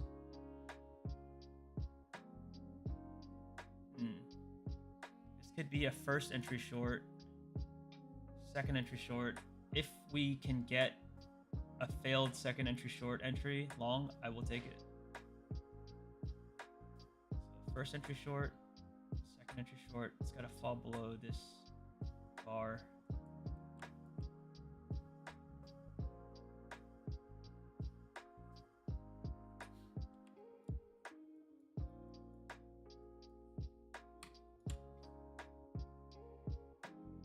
Dang, almost. Come on, just fall a little bit more so I can get my setup.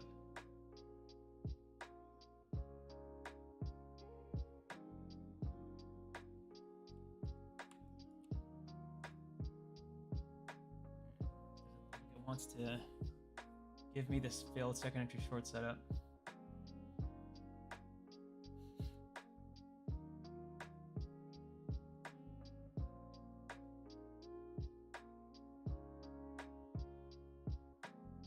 Dang, I wonder if this also could have been an entry.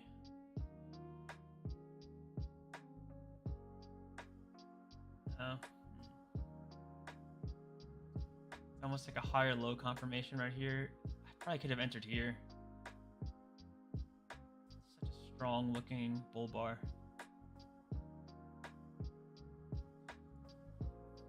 Oh, there it is. Okay, looks like we did break above this high here.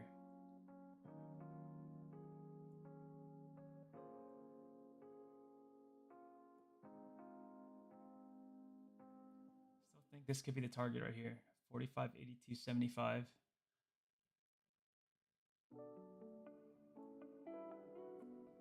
almost want to just market order in long right now.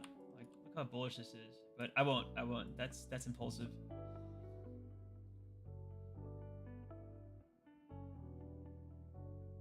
I want to so bad. All right, we need one push down. We need one more push down. We have a first entry short, a second entry short. I'm gonna take the long scalp. Yeah, Aaron, this is. I want to YOLO long. I want to, but I won't. Yeah, look at this, man. All these bull bars makes me want to YOLO long for sure.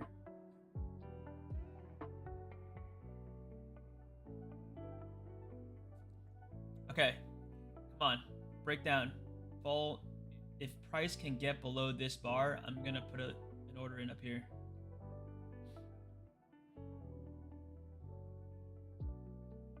Okay, there we go. All right. Order submitted. That's all I needed. This is gonna be small risk. Oh, well, could be small risk just depending on my signal bar, but I do like this right now. First entry short, second entry short, failure to new highs.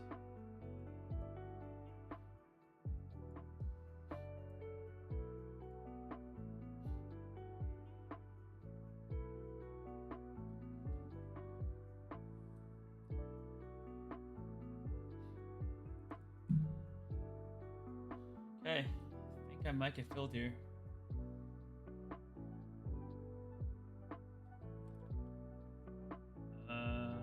Hopefully I don't get wrecked by this upper trend line. It's not like a really strong trend line. Oh wait.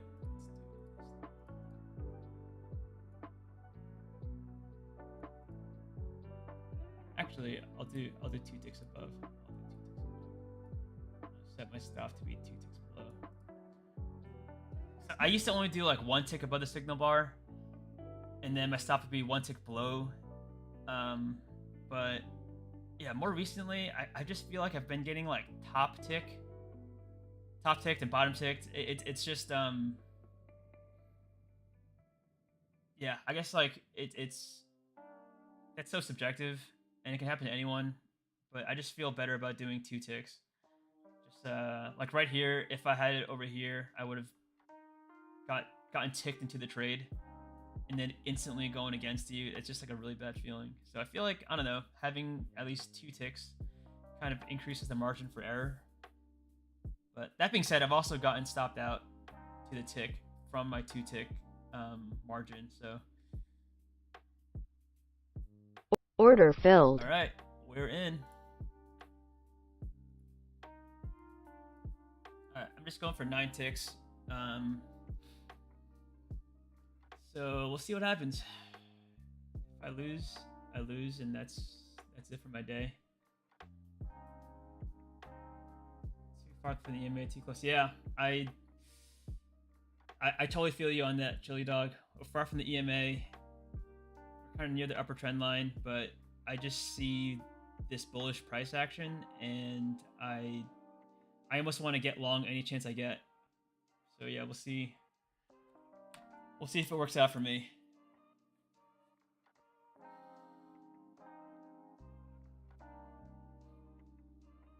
So far, it kind of is. I don't know, I'm up 1 tick right now. You know, I would love to see some continuation up, though. Instead, we get a doji, which is not ideal. All right. Falling back down. Oh.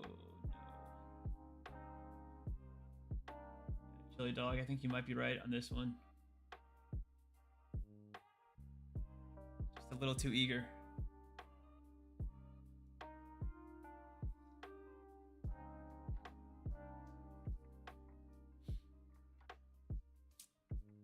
Okay, yeah, price is kind of moving right now though, huh?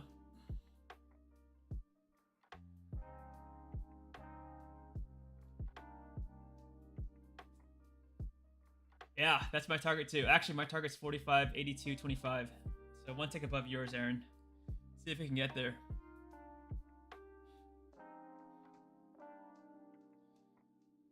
All right, I like that buy up. Hopefully that can be like a hammer candle, right? They call it like a bullish hammer. Oh no, come on, get back up.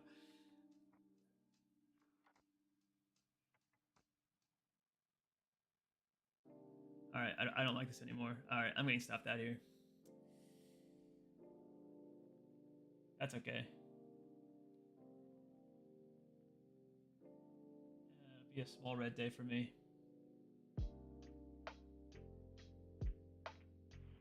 All right, there it is. All right, Chili Dog. Yeah, you were right on that. That was probably a little too aggressive. I probably could have found a better entry, probably near the EMA. But yeah, I just saw this bullish momentum, and I wanted to get some of it. I guess truly playing always in long setups, your stop would have been below here. But yeah, 28 ticks. Yeah, that's just that's a little too much for me. So, all right, I'm gonna log this real quick. So this was a failed second entry short.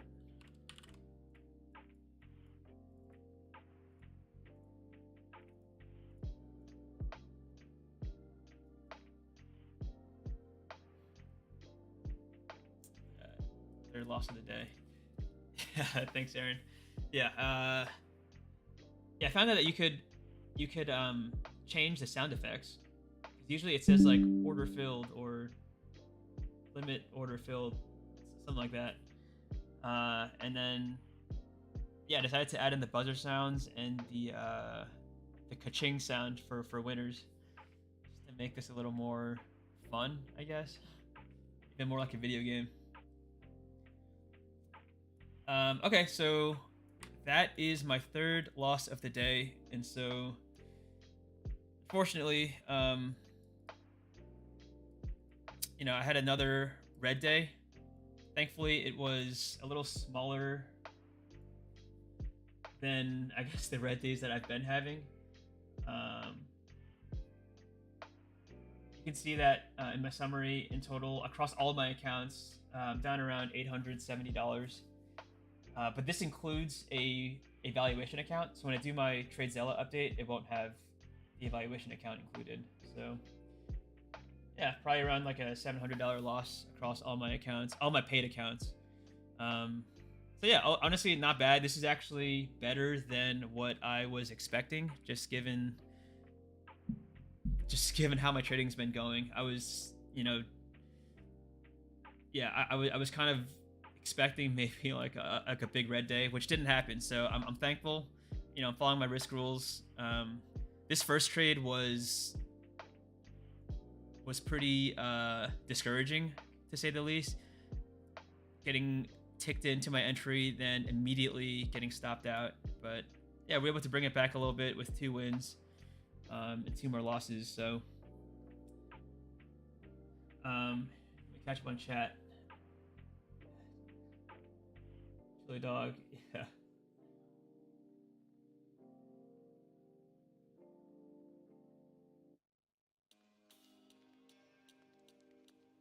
Yeah, Chili Dog. I guess this trend line, I guess, yeah, honestly, well, now it's valid because of this third touch, but normally trend lines, you need 3 touches for it to be valid. And so I kind of just like saw, okay, there's kind of like 2 touches here. And so I guess I didn't really consider it to be like a super high probability trend line, but yeah, I mean, it turned out to be pretty accurate. Rejected off the top of the trend line, and so yeah, nice job waiting for like a better setup. I definitely chased a little bit here after seeing this momentum. Pete, so it's in your settings. Go to NinjaTrader. I think it's in tools, then options, and yeah, it's in your general settings. Yeah, there's like a sounds portion of it that you can upload new MP3 files to edit the sound effects for different scenarios. Yeah, appreciate that, Chili Dog. Yeah, we're all just trying to improve day by day and get better at day trading. And yeah, it feels less lonely knowing that, you know, there are other people that are also working on this, and you know, there are other people going through these same experiences and the same journey as you are. And yeah, appreciate you tuning in. Appreciate you being just very active in the chat and providing your thoughts and kind of like what you're seeing in price action. It also helps that I think we are trading kind of like similar strategies. You know, we have different setups, I guess, but overall, we're both trying to trade price action and get better at doing that. Yeah, looks like this was definitely a little preemptive. This was actually first entry short. I guess this was the bigger second entry short, and yeah, this also had EMA confirmation, bounce off the EMA. Maybe this trade would have been the one. I don't know. We'll see.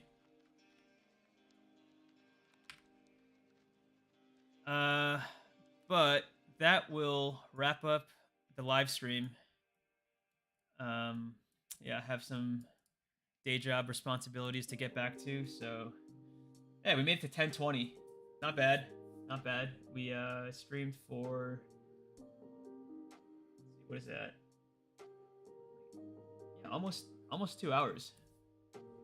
You know, ended with a small red day, which is you know, not ideal, but also could have been a lot worse. So thank you everyone for tuning in. It was a lot of fun. Something that I definitely do want to do more of in the future, just these live streams. I think I might aim for just maybe once a month for now. Yeah, the first one was great. This one also went pretty well, except for the mic issues to start, but we got past that. So yeah, hope everyone has a great rest of the trading day if you're still trading. I'll probably try to edit this into like a recap like I did for the first one. And yeah, just appreciate you all so much for your support and for tuning in and for your engagement. If you enjoyed it, yeah, I appreciate a like. Just so yeah, maybe we can get this put out to more people's algorithms. So, all right, yep. Thanks again, everyone, and take it easy.